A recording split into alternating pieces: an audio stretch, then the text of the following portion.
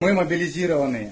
We are mobilized. We don't have to be here at all. It's been 11 days since our arrival here. We left Moscow 11 days ago. These scenes show recently mobilized Russians in the city of Svatovo, Luhansk region. It is only 15 kilometers from here to the de-occupied by Ukrainian defenders territories. During the training, before being sent to the front line, the drafted Russians fired from the firearms only once. Сколько раз ты стрелял?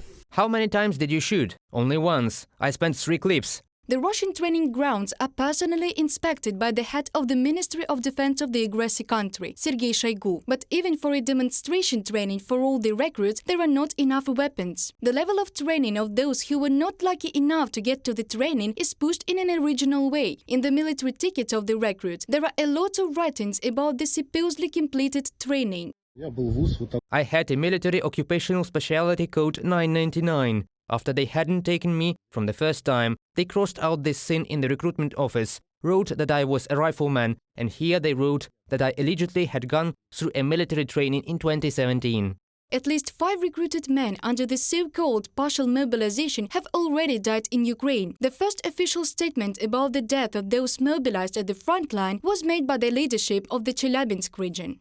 The recruitment office has confirmed the information about the deaths of 5 South Ural residents who'd been called up from the Korkino military commissariat, from the message of the press service of the governor of the Chelyabinsk region. The total irretrievable losses of Russia in the war against Ukraine, according to the unofficial data, have exceeded 90,000 people. This was reported by the publication Important Stories, referring to the words of a current officer of the Federal Security Service of Russia and a former officer of the Russian Special Services. Despite the fact that the heads of 39 Russian regions have already reported on 100% completed mobilization plans, the call-up for participation in the war against Ukraine did not stop there.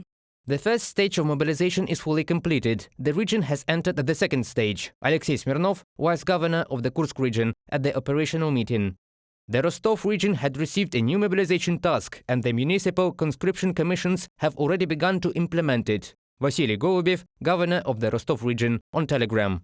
The Republic of Buryatia also reported on the 100% fulfillment of the mobilization plan on September the 30th. However, the conscription continues, and the Buryatia officials are trying to prove to the population that this is not a new recruitment wave, but the so-called additional recruitment. Работа идет планово.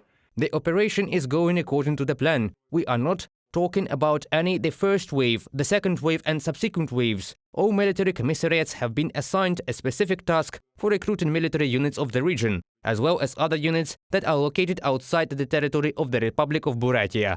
Despite the fact that some regions are activating the call-up, the Kremlin refused the new wave of mobilization.